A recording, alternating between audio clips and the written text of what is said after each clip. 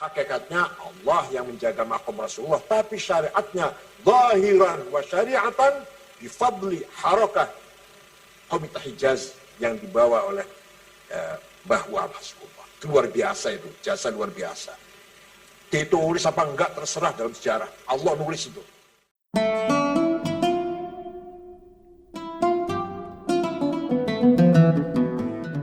Selanjutnya, sambutan dari Ketua Umum PBNU oleh Bapak Profesor Dr. Kiai Haji Said Akil Siraj MA kami haturkan. Assalamualaikum warahmatullahi wabarakatuh. Bismillah, alhamdulillah, wassalatu wassalamu ala sayyidina wa maulana Muhammad Rasulillah wa ala alihi wa sahbihi wa man tabi'a sunnatahu wa jama'atah min yaumina hadha ila yaumin nahdah. Sahibul Fadilah Hadratul Mukarram Mustasyar PBNU, Wakil Presiden Republik Indonesia Hadratus Syekh Profesor Dr. Kiai Haji Ma'ruf Amin A'azzahullah wa tala baqa'ah. Yang saya hormati Al-Mukarram Hadratus Syekh Ar-Ra'isul Am Kiai Haji Muftal Akhyar Hafidhahullah, Ibu Menteri Ida Fauzia, alumni Tambak Beras Hafidhahullah, Dubes Aljazair, Ibu Maksusah ya, yang berbahagia Ketua NU Jawa Timur ya Haji Marzuki Mustamar, yang akan memberikan ceramah Al-Allamah ya Haji Baha Nur Salim, Gus Baha Nur Salim, seluruh ahli bait al-atiq min ahli bait al-marhum al-maghfurlah Bah Hadratus Syekh Mbah Kiai Wahab, Ibu Mahfudzah, Dr. Hasib Wahab, Ibu Munjidah, Ibu Hizbiyah, wa baqi usrah hafizahumullah. Keluarga besar Tambak Beras, Badan Otonom, terutama muslimat, ketua muslimat yang kebetulan jadi gubernur Jawa Timur, insya Allah calon presiden RI tahun 2024.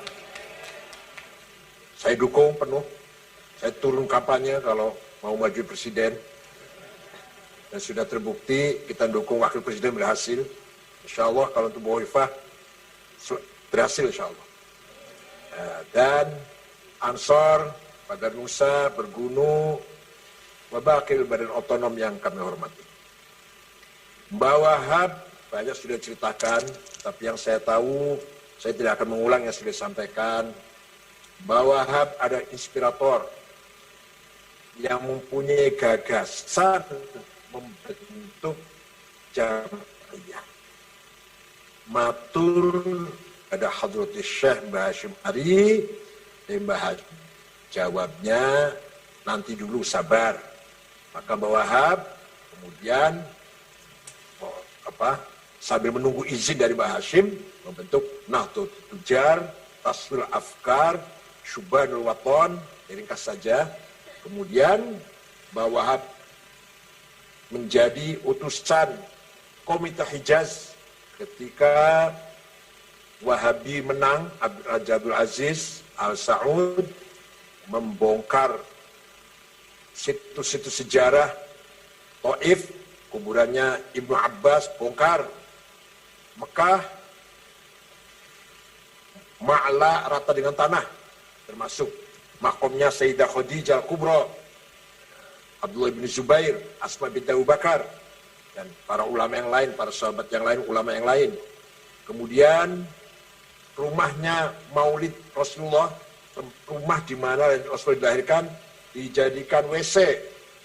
Rumahnya Sayyidina Ali dijadikan kandang khimar. Rumahnya Al-Arqam bin Abil Arqam yang pernah dijadikan tempat penggemblengan pengkaderan as-sabiqil awalin bongkar. Rumahnya Siti Khadijah yang Nabi Muhammad setelah menjadi zaujain dari pasangan suami istri pindah di situ selama bertahun-tahun, selama sekian tahun dijadikan, dimasukkan ke pasar Kemudian Babu Bani Syaibah, gapura di depan Multazam, yang dulu ketika keluarga Quraisy hampir perang saudara, berebut siapa yang berhak meletakkan Hajar Aswad setelah diperbaiki, dikembalikan ke tempatnya, berebut, maka mereka sepakat kita serahkan vonis keputusannya kepada siapa yang masuk ke sini melalui Babu Bani Syaibah. Yang masuk Nabi Muhammad, belum jadi Nabi belum. Nabi Muhammad masuk ke situ, masuk Babu Bani Syaibah. Abu Jahal mengatakan, hadzal amin. Ini yang akan mengambil keputusan. Dan ini remaja yang bisa dipercaya. Kemudian Nabi menggelar hutrohnya, masing-masing Nabi meletakkan Hajar Aswad di atas hutrohnya, sorban diangkat bersama-sama seluruh keluarga besar Quraisy, dan Nabi yang meletakkan kembali Hajar Aswad ke tempat semula. Walhasil tempat-tempat bersejarah dibabat habis oleh gerakan Wahabi. Makom Syafi'i, makom yang dulu tempat ngajarnya Imam Syafi'i di Masjid Haram, rata dengan tanah, dan lain-lain. Setelah itu kemudian ke Madinah, Baqi' 20.000 sahabat rata dengan tanah. Sayyidina Utsman, Sayyidina Hasan, yang lain-lain, Sayyidina Aisyah dan sebagainya rata dengan tanah. Zaujati Rasul, kita nggak tahu mana itu. Sekarang pun rata dengan tanah. Nah, sudah selesai bongkar kuburan Baqi', tinggal sisa makom Hadratir Rasulullah SAW, Sayyidina Abu Bakar dan Umar yang ada di kamarnya Rasulullah, hujrahnya Rasulullah di pojok masjid itu, akan dibongkar. Maka Hadratus Syekh Almarhum Mahfurullah Ra'isul Akbar Ya Haji Hasyim Asy'ari membentuk Komite Hijaz. Diutuslah Yai Wahab, Haji Hasan Kipo, Syekh Ghonaim Al-Misri, orang Mesir yang tinggal di Surabaya, dan Kiai Zainul Arifin, pahlawan nasional yang dari Baros itu. Berangkat ke Jeddah, membaca surat Mbah Hasyim Asy'ari, pertama menyampaikan selamat atas keberhasilan Raja Abdul Aziz membangun Mamlaka Arabia Saudiyah, Kingdom of Saudi Arabia. Yang kedua, memohon agar imam dan khotib di Masjidil Haramain digilir rotasi. Misalkan seminggu mazhab Hanafi, minggu kedua mazhab Maliki, minggu ketiga mazhab Syafi'i, minggu keempat mazhab Hambali. Yang ketiga, agar duyufir rahman minal hujjat wal mu'tamirin diberi kebebasan mengamalkan ibadahnya sesuai dengan mazhabnya masing-masing. Yang terakhir, mohon dengan sangat atas nama umat Islam Jawi, umat Islam Nusantara, memohon agar maqam Hadrati Rasulullah SAW dan Sayyidina Abu Bakar dan Umar tidak dibongkar. Itu suratnya Mbah Hasyim Asy'ari yang dibawa oleh Mbah Wahab, Komite Hijaz. Semua permintaan ditolak kecuali satu, yaitu tidak dibongkarnya maqam Hadrati Rasulullah SAW dan Sayyidina Abu Bakar dan Umar.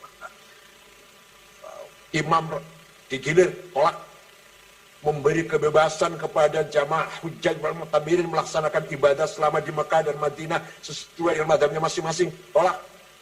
Jadi yang dikabulkan cuma tidak dibongkarnya maqam Hadratus Rasulullah SAW, Sayyidina Abu Bakar dan Umar. Itulah jasa besar, andil besar, cikal bakal Nahdlatul Ulama yang waktu itu namanya Komite Hijaz, yang diperankan oleh Mbah Wahab dan di atas perintah Mbah Hasyim Asy'ari.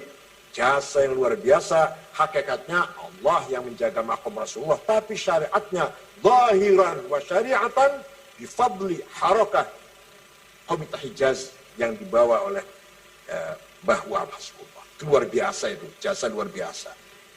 Ditulis apa enggak terserah dalam sejarah. Allah nulis itu, malaikat nulis. Bu Khafifah mau sejarah ngakuin apa enggak penting. Yang penting syahadah dari malaikat, insya Allah tertulis itu semuanya.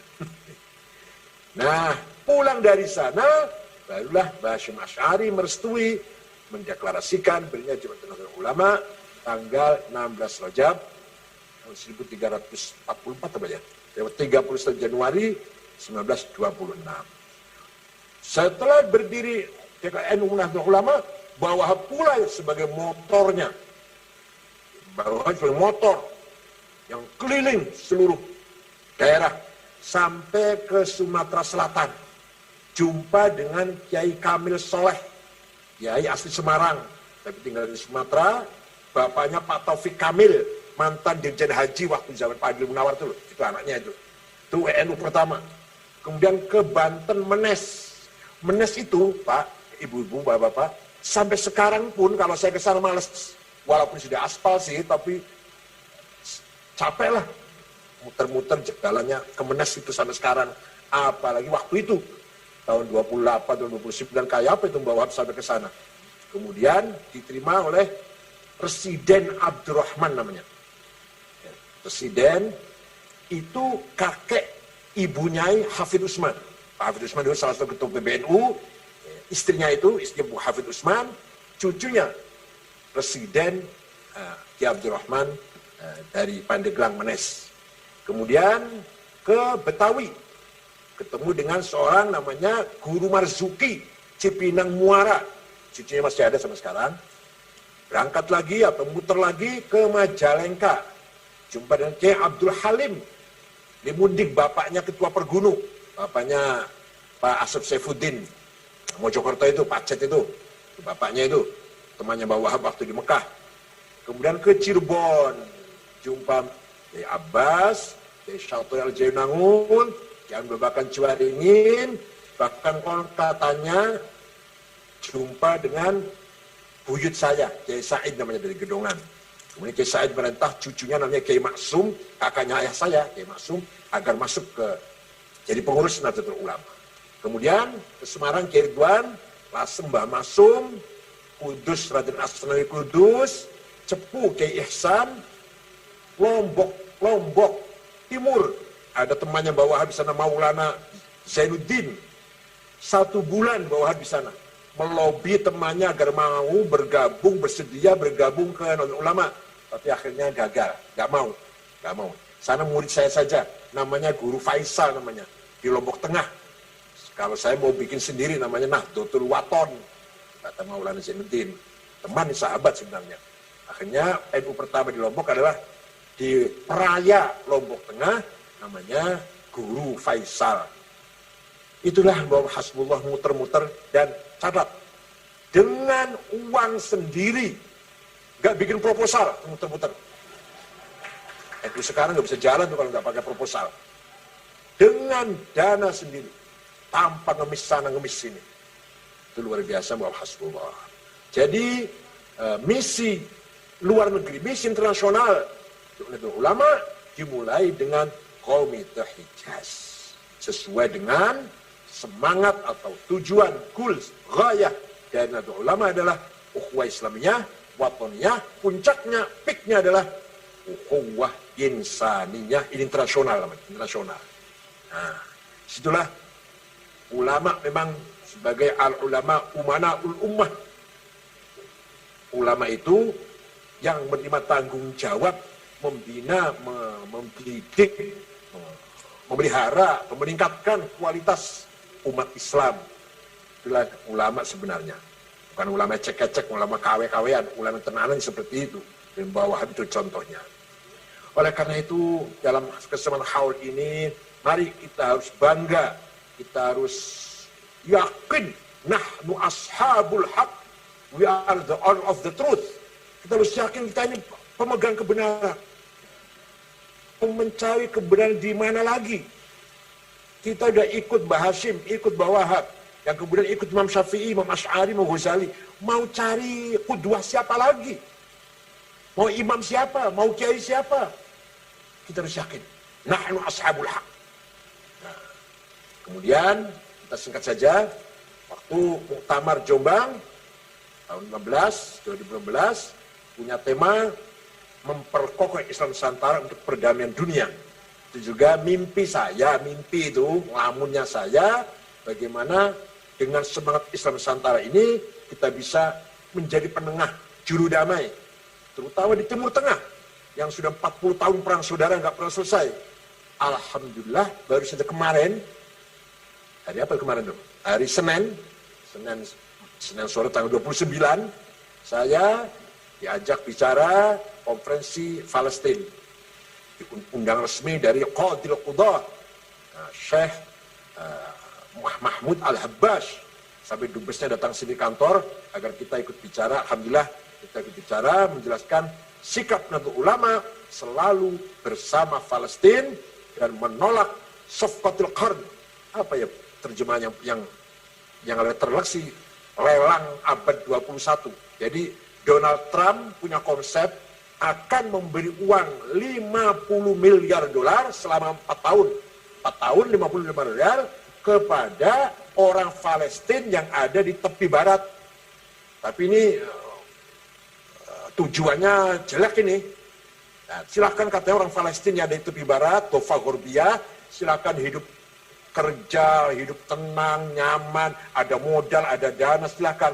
Tapi di latar belakangnya jelas tujuannya tidak baik. Jelas tujuannya tidak seperti itu tujuannya. Untuk mengekang, untuk aneksasi, untuk mencaplok tepi barat.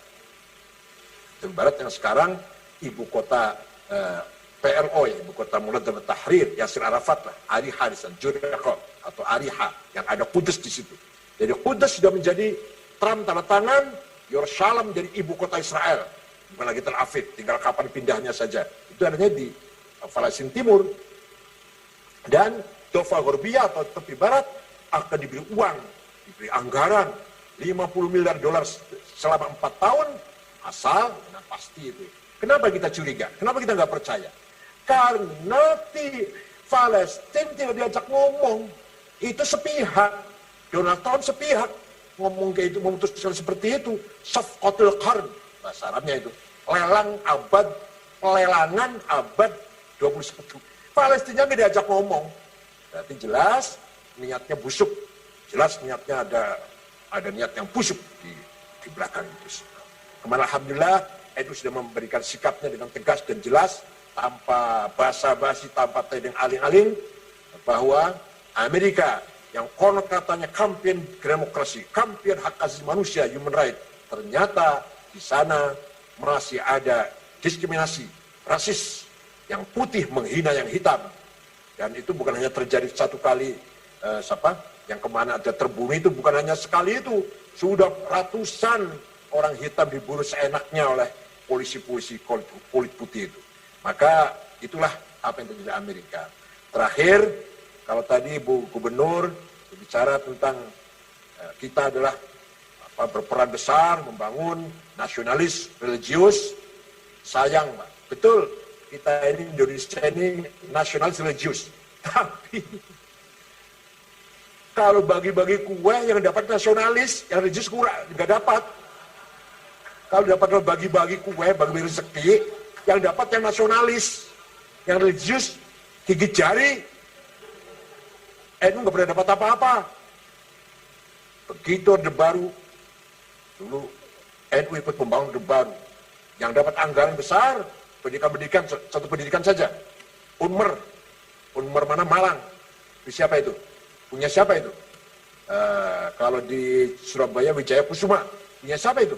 Mana ada pesantren yang dapat anggaran ketika Orde Baru pada ikut membangun Orde Baru, membentuk Orde Baru?